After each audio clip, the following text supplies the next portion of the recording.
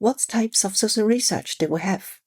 When you come across social research, you will find that there are different types of studies.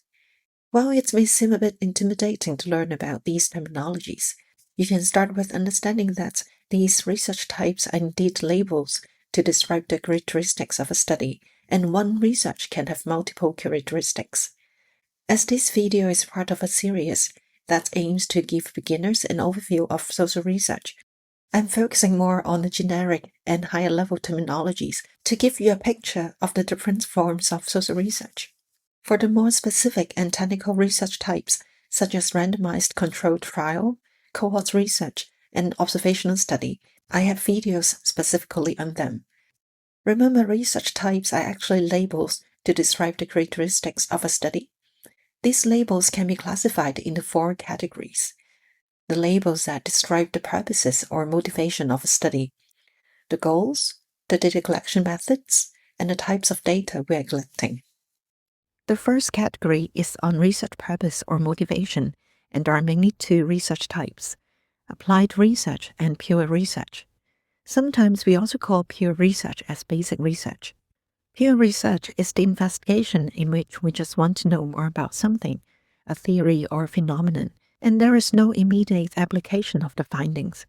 We're doing pure research for the sake of advancing our knowledge, not for directly solving problems. Applied research is different.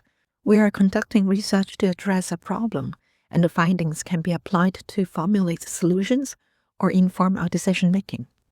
When I use the word problem, I'm not equating it with troubles. A problem here is more like a puzzle, something that is affecting our daily living, but we have not yet thoroughly understood, hence we want to know more about it. A problem then can be something negative that challenges us, or it is simply an area that needs more attention, and in it lies opportunities to improve our living. For example, we may want to examine if and how students' digital technology attitude and literacy affects their confidence and engagement with online learning, so that we can better support our students to learn. From my observation, nowadays most social researchers would tend to conduct applied research, because given our limited time and resources, we want to focus on topics that are valuable to us and to others. Conducting research that can be applied to solve problems or improve our quality of living would definitely help justify the efforts in our eyes and in the eyes of our funders, institutes, and users.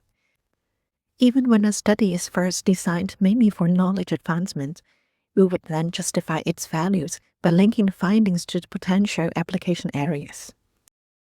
The second category of labels is on the goals of a study. I'm introducing 5 labels to you: descriptive research, exploratory research, explanatory research, classification research, and evaluation research. These labels, as you can see, have explicitly called out what the goals are. Descriptive research is to describe. For example, when we want to see if animal-assisted therapy can support the behavioral and psychological functioning of clients with dementia, we may follow closely into the therapies to describe and record the therapy development. Exploratory research is to explore.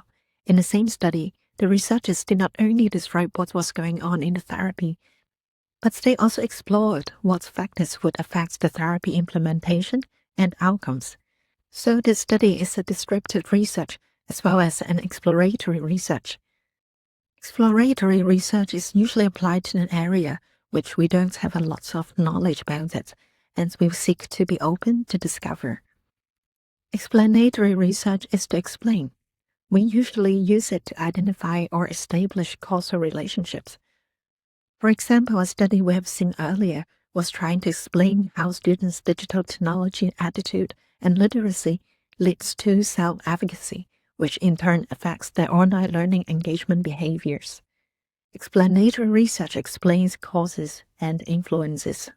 Classification research is to classify things and assign them into groups. Sometimes we create categories from data. Other times we use research to test a predetermined classification. Evaluation research is to evaluate. We can use it to study the processes, outcomes, and impacts to see if we have achieved our intended purposes or if there are any unexpected developments, influences, or outcomes. The study on animal-assisted therapy had a goal to examine if the therapy would work for clients with dementia, so it is as well an evaluation research. The third category of labels describes the data collection methods. Here I want to show you 5 labels: cross-sectional research, longitudinal research, action research, participatory research, and comparative research. Cross-sectional research is a research design that targets at collecting data at one specific point in time. When I say one time point, I don't mean that's all data collected on a certain day at a certain hour. Usually we're referring to one round of data collection. For example, we may conduct a national survey approaching the citizens in a month, or we may conduct several focus groups with informants in 2 weeks. Longitudinal research is the opposite, that seeks to collect data at multiple time points to assess changes over time. For example, this research set out to understand experiences of families of children with autism. 35 parents were interviewed. About 8 to 10 years after the first study, the researcher invited all these parents for another interview. 28 participated. This study is seen as longitudinal research because it has repeatedly studied the same group of parents over an extended period of time and has collected 2 sets of standalone data that can help depict the changes of clients over time. However, not all research that collects data at more than one time point can be regarded as longitudinal research. For example, this research aimed to examine the processes and effectiveness of a mindfulness-based stress reduction program. Data were collected before the program, T1, right after the program, T2, and 3 months after the program, T3. If the researchers only collected data at the first 2 time points, we would not have referred it as longitudinal research because the pre-post comparison was the minimum to gauge the effectiveness of the program. T1 here served as the baseline, and T2 was the time when we could assess the effectiveness. In this study, the researchers had also collected data 3 months after the program. With this extra data set, we could assess the changes of the client's stress level over a period of 3 months and see if the effectiveness of the program could sustain. Action research is a research design that collects data in the action of practicing. Through cycles of planning, implementing, observing the developments and results, and reflecting on experiences, the researchers continue to improve their practices. Action research has been commonly used in education, in which teachers use it to continue to adjust their teaching approaches. Participatory research is an approach that involves stakeholders in making decisions about the research. A study that has a high level of stakeholder participation even includes them in framing the research questions and designing the research methods. In this sense, the stakeholders are no longer just the subjects under examination, but they are the co-owners of the research. For example, in this participatory action research, the students were involved in designing positive education activities. They first participated in workshops to learn about the concepts of well-being, positive psychology, and participatory action research. Then they went ahead to plan and conduct research to collect ideas from parents, teachers, and other students about the factors affecting well-being.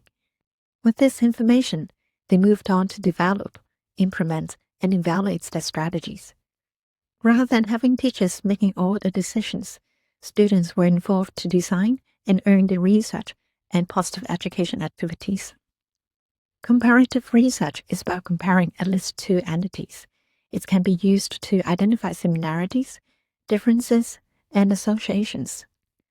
Randomized controlled trial is under the umbrella of comparative research, and it is often used to compare the effectiveness of 2 or more interventions.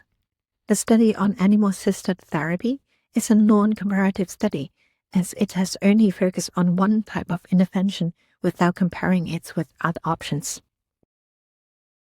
The last category of labels concern data type.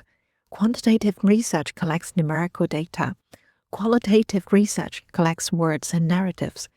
Mixed method research is a study that seeks to collect both quantitative and qualitative data. As we set our eyes on collecting different types of data, we of course use different approaches. For example, interview and focus group discussion are common strategies to collect qualitative data.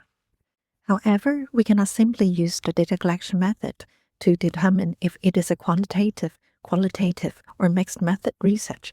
For example, survey, although it's commonly used to collect numerical answers, it can also be used to collect narratives.